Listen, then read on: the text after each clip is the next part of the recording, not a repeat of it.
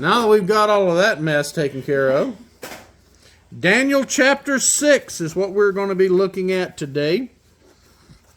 Now you'll see again there's a major shift in time from chapter 5 to chapter 6. And chapter 5 was the last night of the Babylonian Empire when it fell to the Medo-Persians. And then in chapter 6, you'll see that the Medo-Persians are now in charge. Now, we don't know exactly how much time transpired between chapter 5 and chapter 6.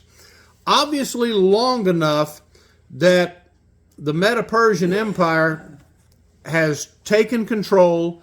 They've set up a provincial government, of which at this point you'll notice Daniel is no longer in retirement. He is now back active. And we're told that Darius divided the kingdom up into what is called satrapies. Don't worry about trying to, what all that's called and what have you. Basically, that would have been their equivalent of states or regions. And a satrapy was headed by a satrap, of which Darius appointed 3 governors to oversee the satraps, of which now Daniel is one of them.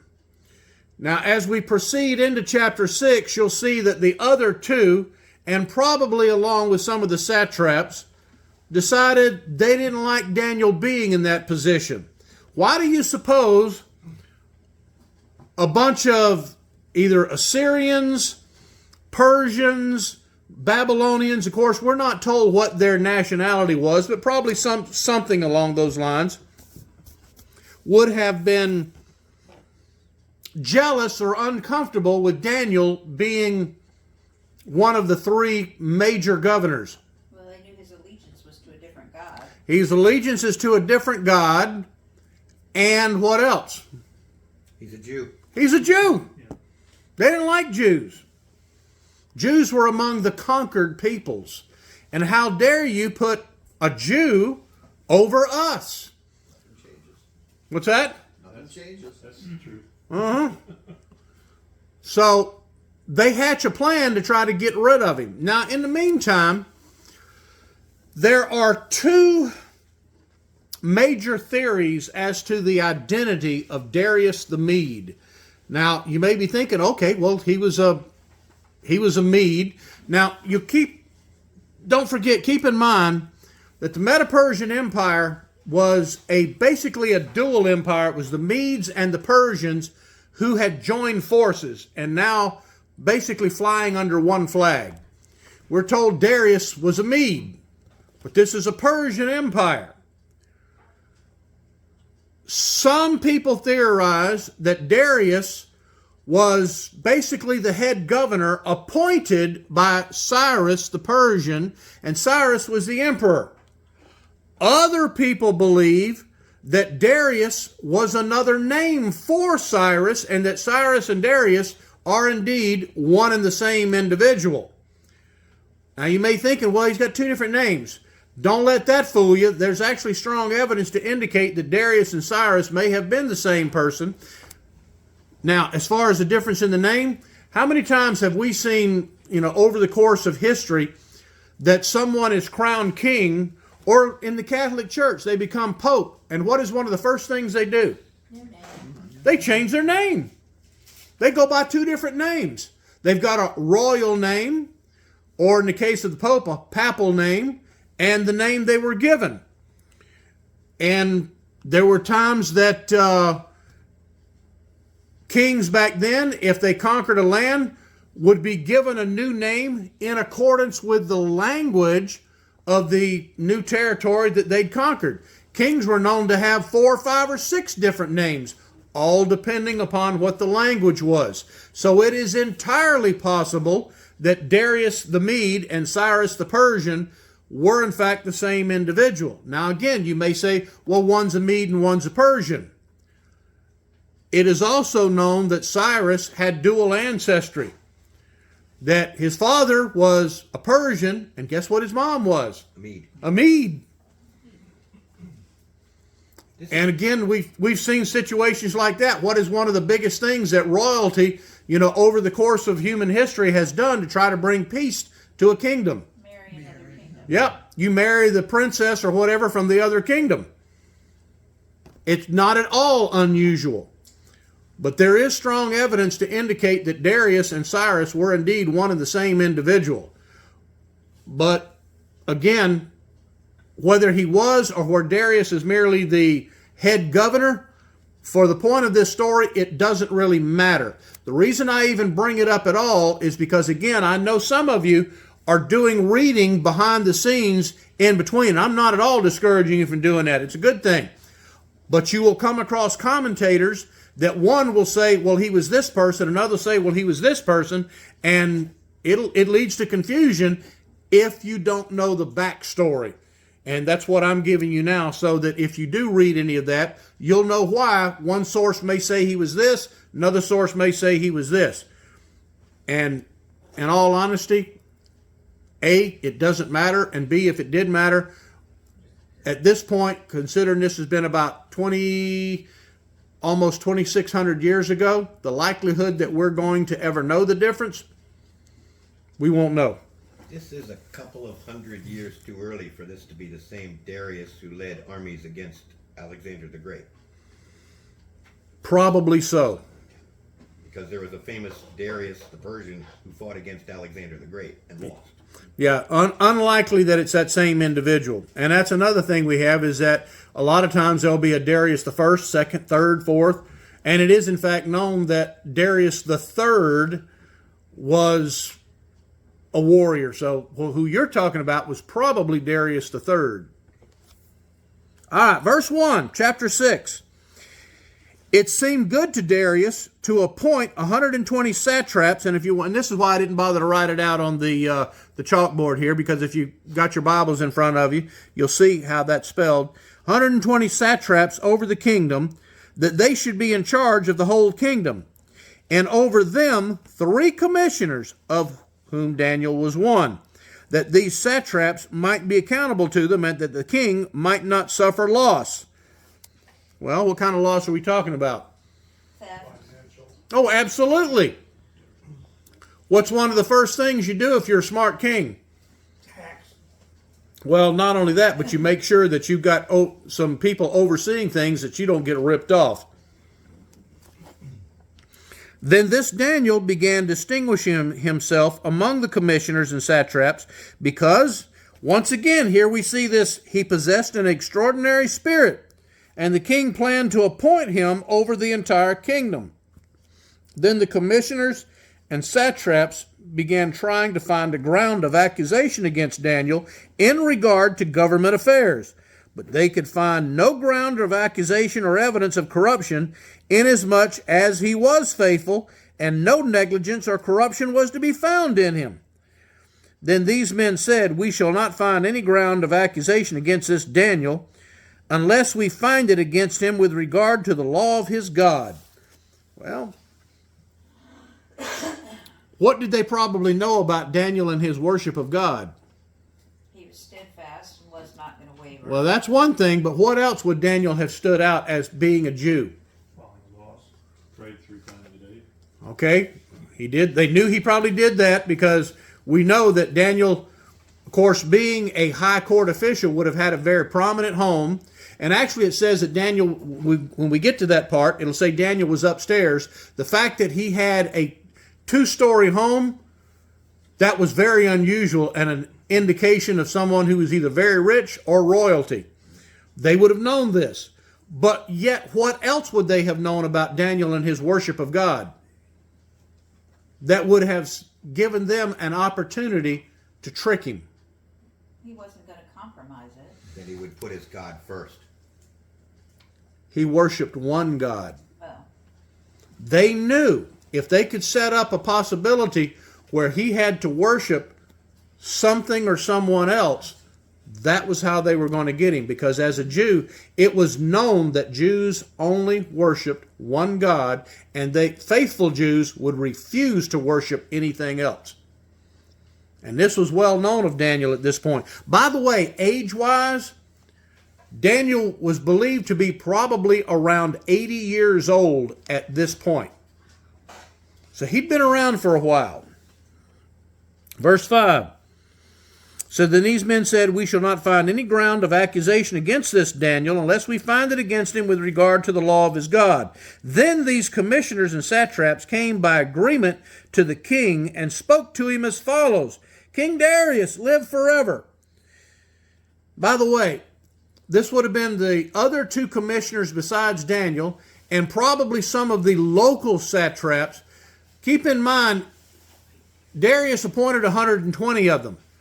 There would not have been 120 satraps there before the king, because where would all the rest of the satraps have been? Yeah, they're satraps. government. Yeah, they're out wherever, off scattered around the kingdom, being governors, or being satraps in this case.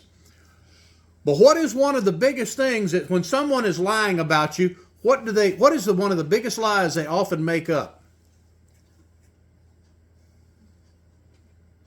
Everybody's doing it. Everybody said this. Oh, So you figure these two commissioners and probably, one, two, maybe three of the satraps from that region, they go before Darius and say, hey, we're here representing all the satraps. 9 times out of 10, the rest of the satraps didn't have a clue what was going on.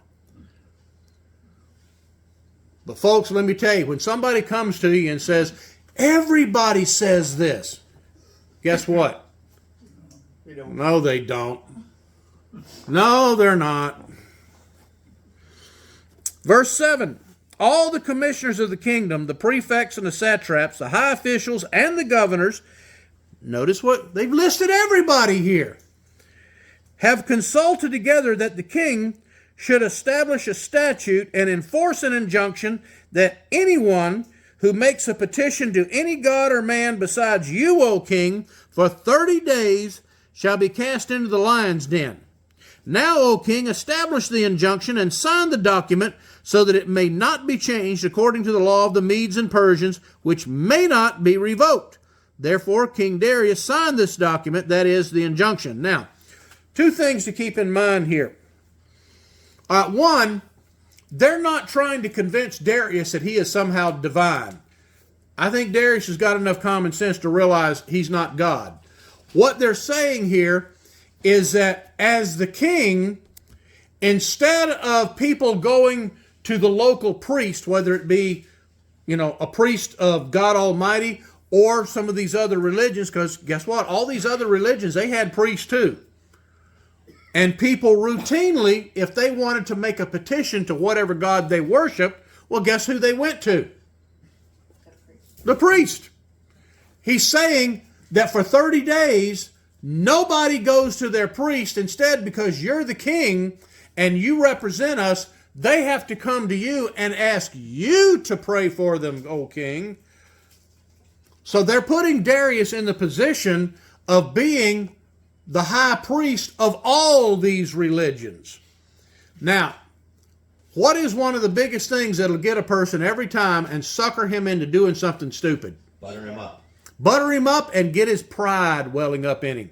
Well, when they say, oh, king, you're so important, and, just to make sure that everybody honors you, because at this point in his kingdom, he's been there long enough to have some government established, but it's probably still relatively new in their empire.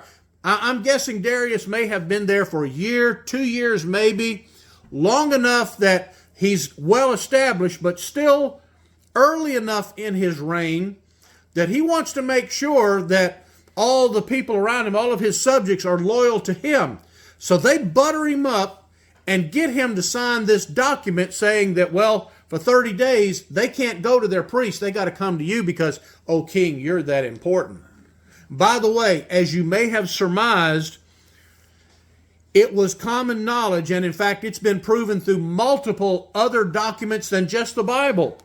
A lot of the Babylonian and Persian documents that have been recovered from that era did in fact indicate that it was part of Persian law that once the king signed off on something, guess what? Couldn't be changed. It was literally in stone. They could not change it. So they knew if they could get him to sign off on this, even if he changed his mind or realized later he'd made a mistake, by his own law, couldn't change it. You're stuck with it. Okay, question. Was the fact that they only put it for a 30-day span just to have that time to trip up Daniel? Absolutely. So they could go back to what they wanted to do after that? Yep. And I think they had enough common sense to realize that Darius wasn't dumb enough, even if they buttered him up, to make this permanent, because then Darius would be put in the position of being the permanent priest for every religion in the empire. That wasn't going to happen. Darius wasn't that dumb. Darius didn't get to the position he had by being dumb. But he definitely was probably full of pride. By the way, have you noticed, sin-wise, there's a consistent theme throughout the book of Daniel that causes the downfall of every last one of them? And what is that? Pride. Pride. There is a theme of the sin of pride that runs throughout the entire book of Daniel. All right. Verse 10. Now when Daniel knew that the document was signed, he entered his house. Now in his roof chamber, he had windows open toward Jerusalem. Now the fact it says he's got a roof chamber, again, that confirms for us that he had a second floor in his house.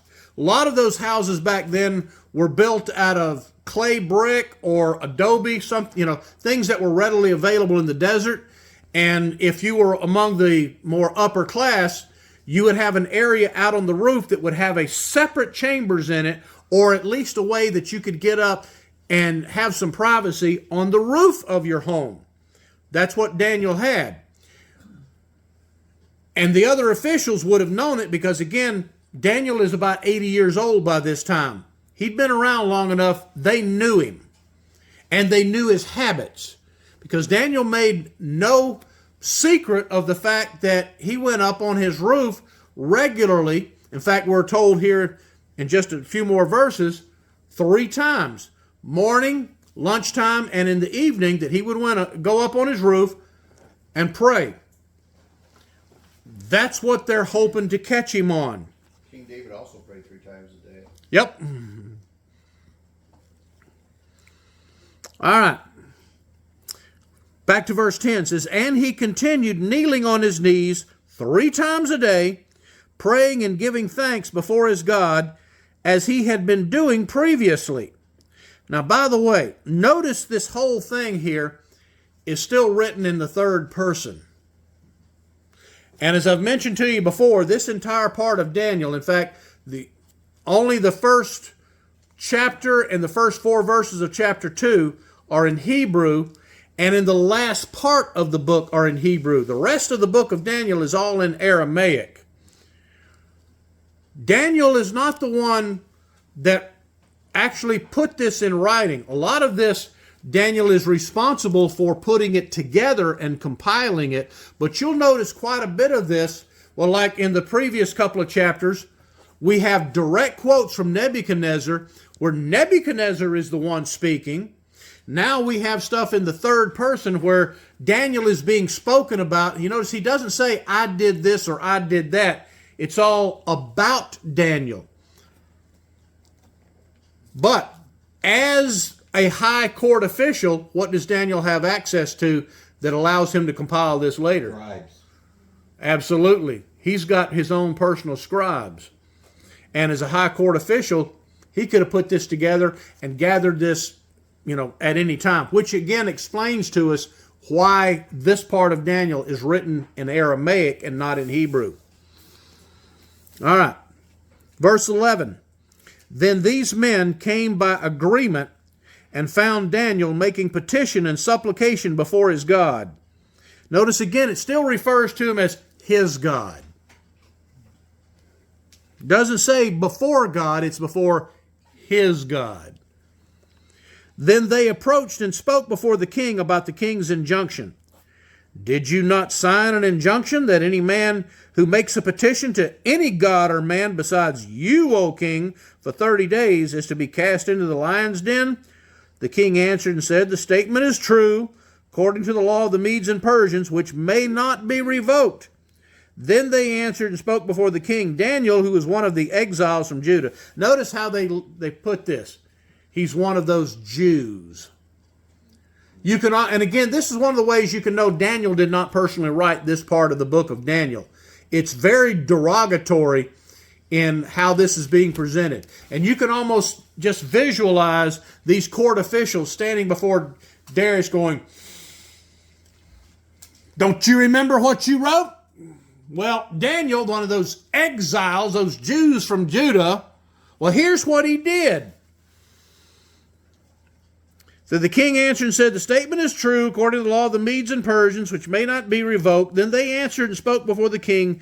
Daniel, who is one of the exiles from Judah, pays no attention to you, O king, or to the injunction which you assign, but keeps making his petition 3 times a day.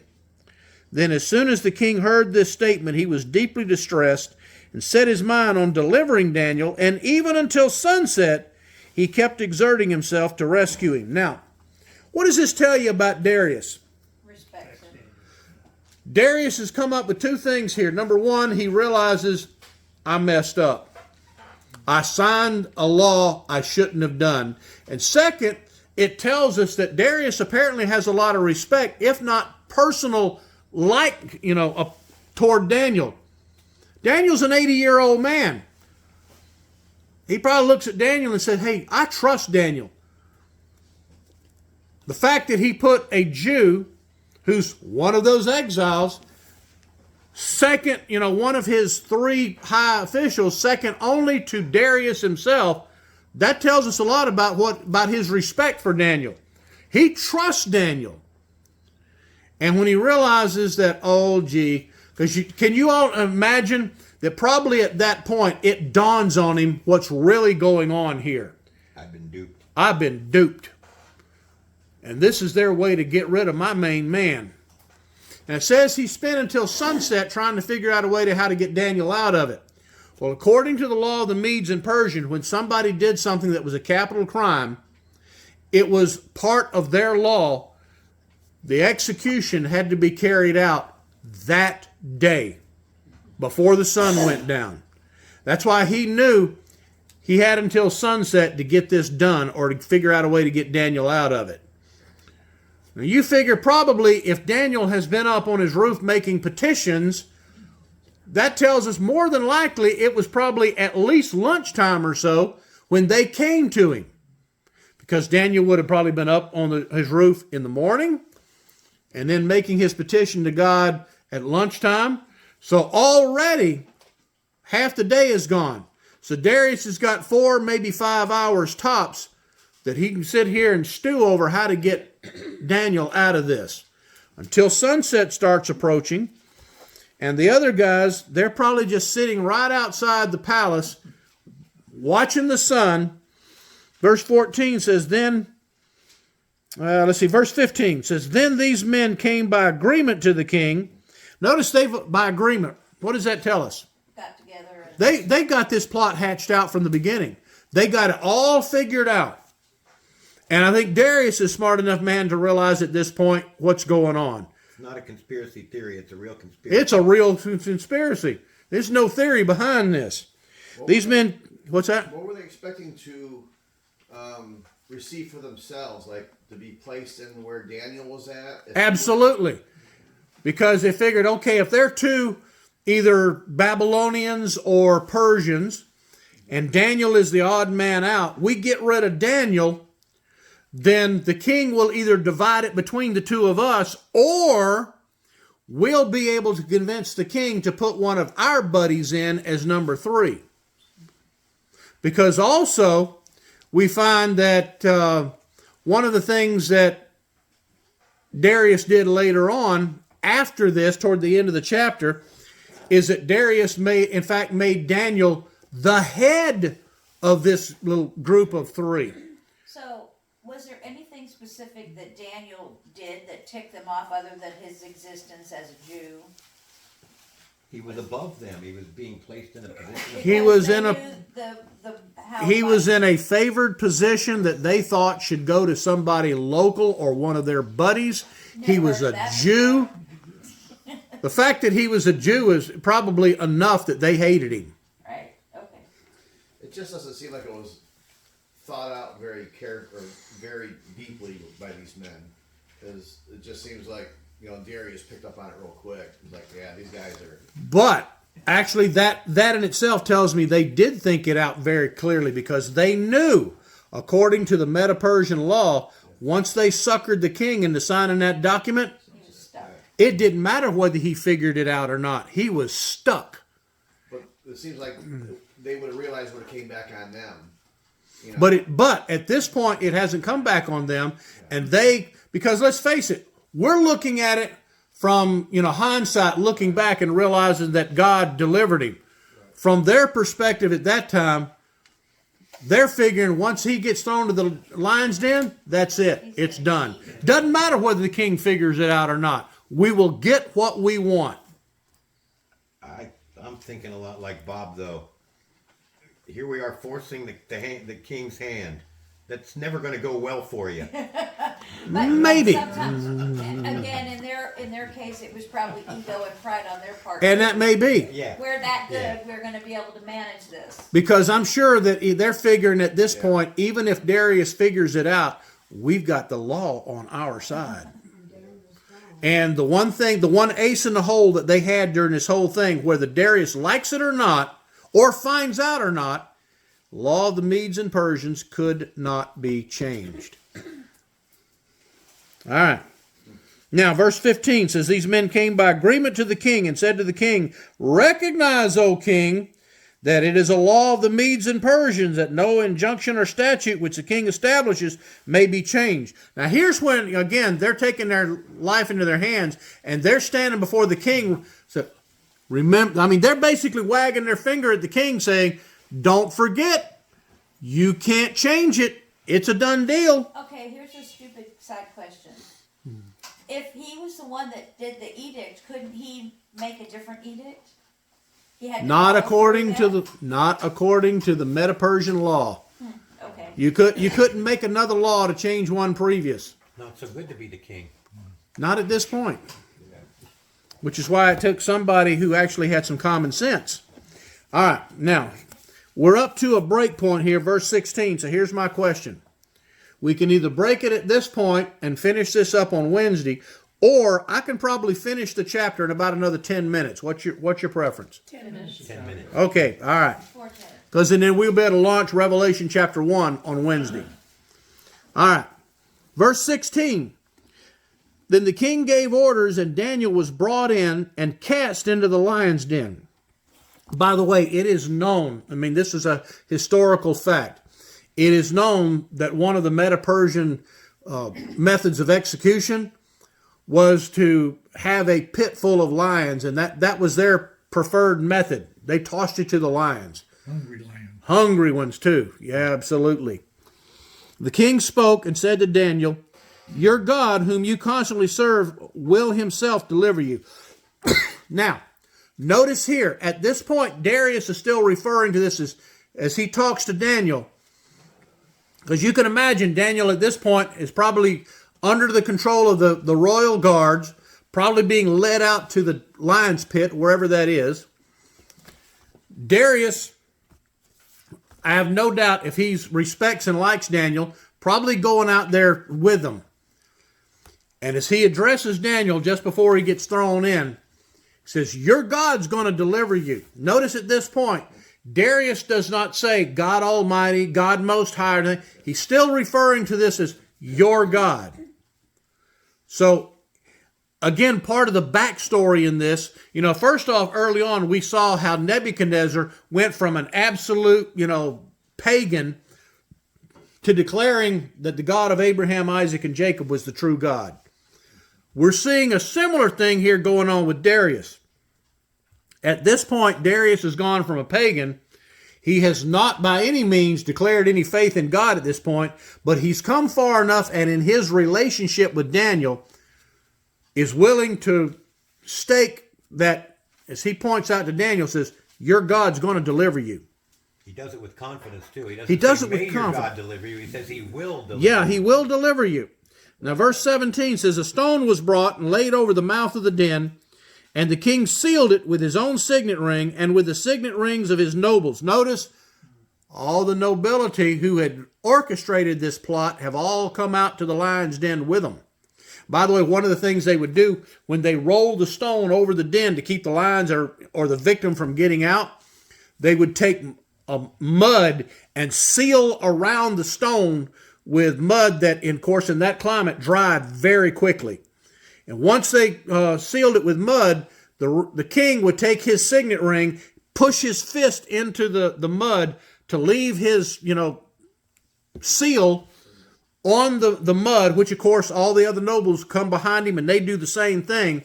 And then within a matter of probably a half an hour in that kind of dry, hot climate, the mud's dry. And once it's dry, of course, if you do anything to that, try to roll that stone away, what's going to happen to the mud? Correct. Yeah, and they would know immediately that someone had, broken in. To me, it seems like a picture of Christ being led to the slaughter without, raising a word. I see Daniel, and I'm just amazed at his strength of character. That it's like, if the Lord, if I die, I die. Mm-hmm. Right. It just seemed through that he didn't lash out at his accusers. He just said, "Okay, Lord, it's in your hands."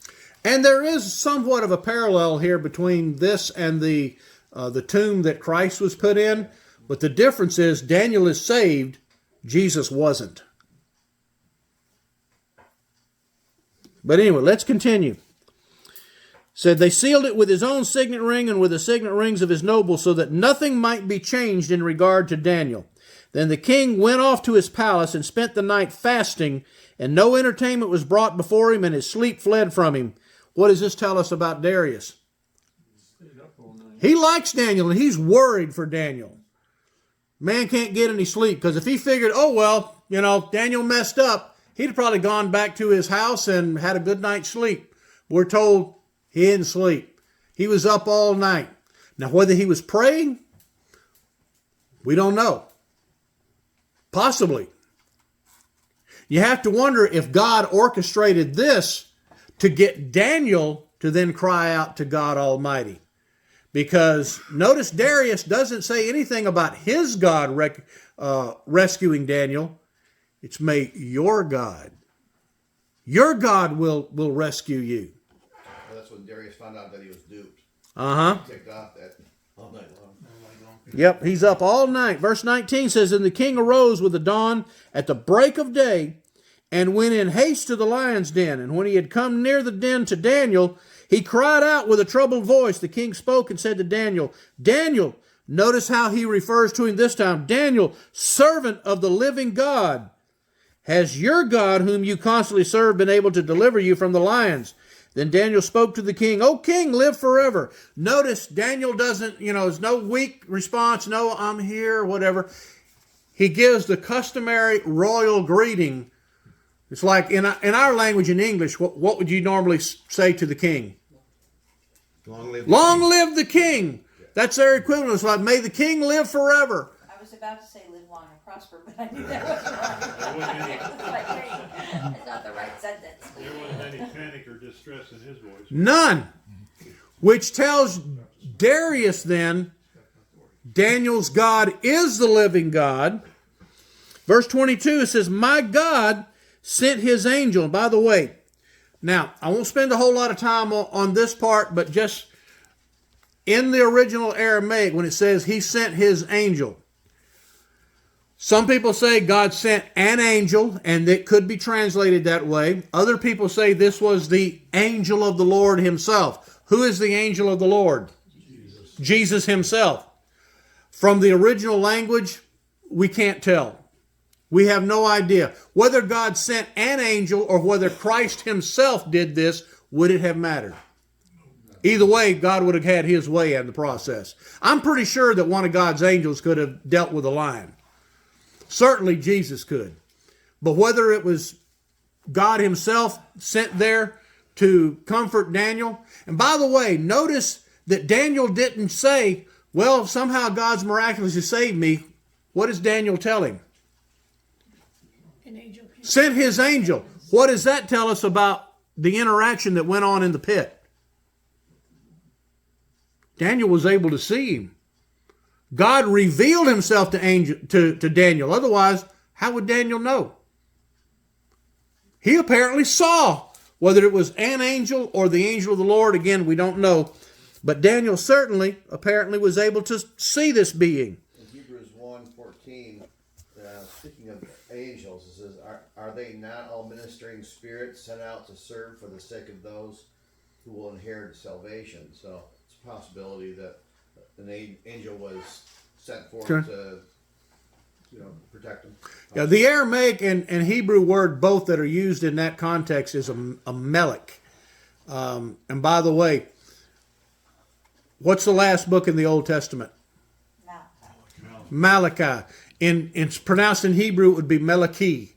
And an I ending, a E, which actually spelled with an I, but pronounced E, Meleki, that ending simply is a prefix, or suffix that means my. Literally, the last book of the Old Testament in Hebrew is called my messenger. And again, in Hebrew, messenger could be angel or, and that's what an angel is a messenger from God, a protector. But then again, and here's why some people believe that it was, a pre-incarnate Christ, is because, is Jesus himself not the messenger of God? Yeah. But again, which one it was, we have no way of knowing, because the word that's used there simply is melech, the word that means angel or messenger. It says, my God sent his angel and shut the lions' mouths, and they have not harmed me, inasmuch as I was found innocent before him, and also toward you, O king. I have committed no crime. Then the king was very pleased and gave orders for Daniel to be taken up out of the den. So now, what is that? Taken up out of the den tells you that when they threw him in, the pit is down in here. Daniel had to be tossed in or lowered in by a rope, which we'll see that when here in a few more verses. It definitely was a pit where they had to toss you in. So Daniel was taken up out of the den, and no injury whatever was found on him, because he had trusted in his God. The king then gave orders, and they brought those men who had maliciously accused Daniel, and they cast them, their children, and their wives into the lion's den.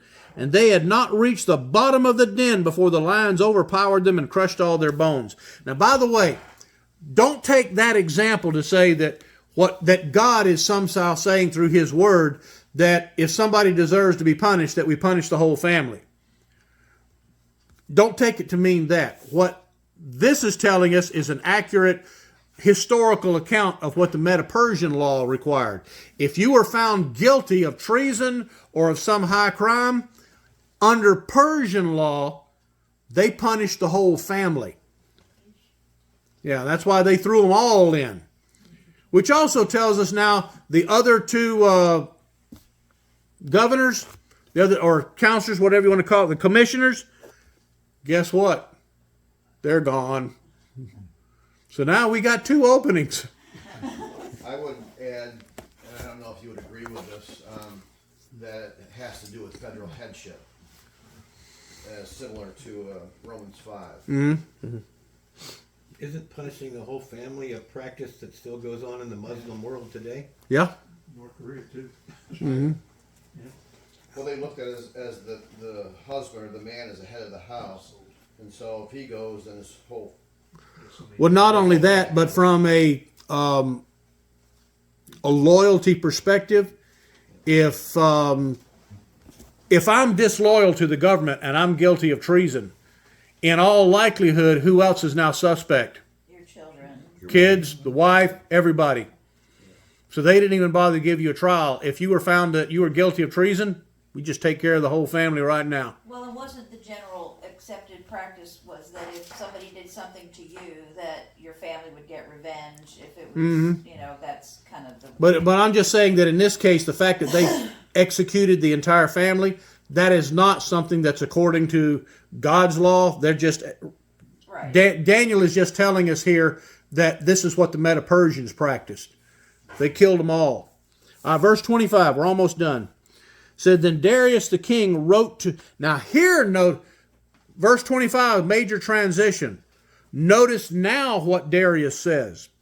Then Darius the king wrote to all the peoples, nations, and men of every language who were living in all the land, may your peace abound. I make a decree that in all the dominion of my kingdom, men are to fear and tremble before the God of Daniel, for he is the living God and enduring forever.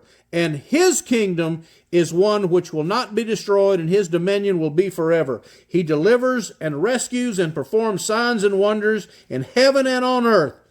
Who has delivered Daniel from the power of the lions?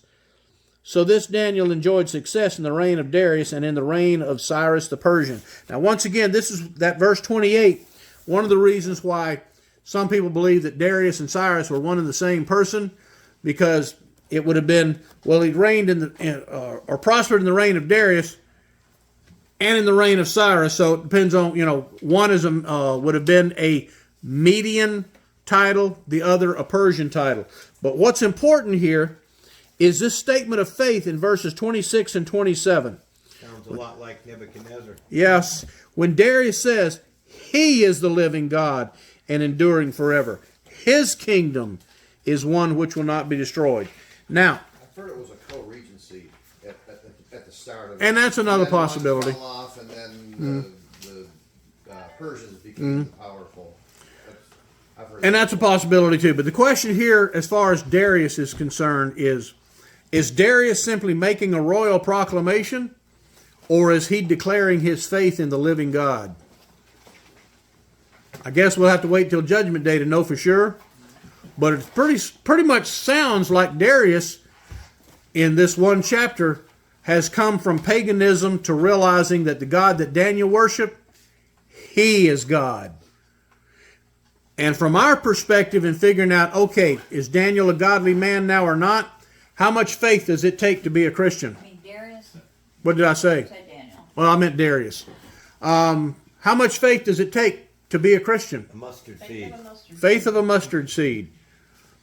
And look at the thief on the cross. Thief on the cross didn't know anything about theology or really understand who Jesus was. All he says as he hangs on the cross is, remember me when you come into your kingdom. And what Jesus tell him? You'll be with me in Today you'll be with me in paradise. So obviously, God's standard of our level of faith, God has a very strict standard. It has to be based on faith. But the question is, just this much faith? Or do we have to get this much faith? Point is, as long as we've got even just a little bit of faith, we come to God in faith, God takes care of the rest. So my contention is, and again, I'm certainly not the one who could sit here and say, thus saith the Lord, because that's not my position. But as I read this, if God's standard is even just that mustard seed of faith, it certainly seems like Darius has come to that point. All right, questions this evening? All right. Bruce.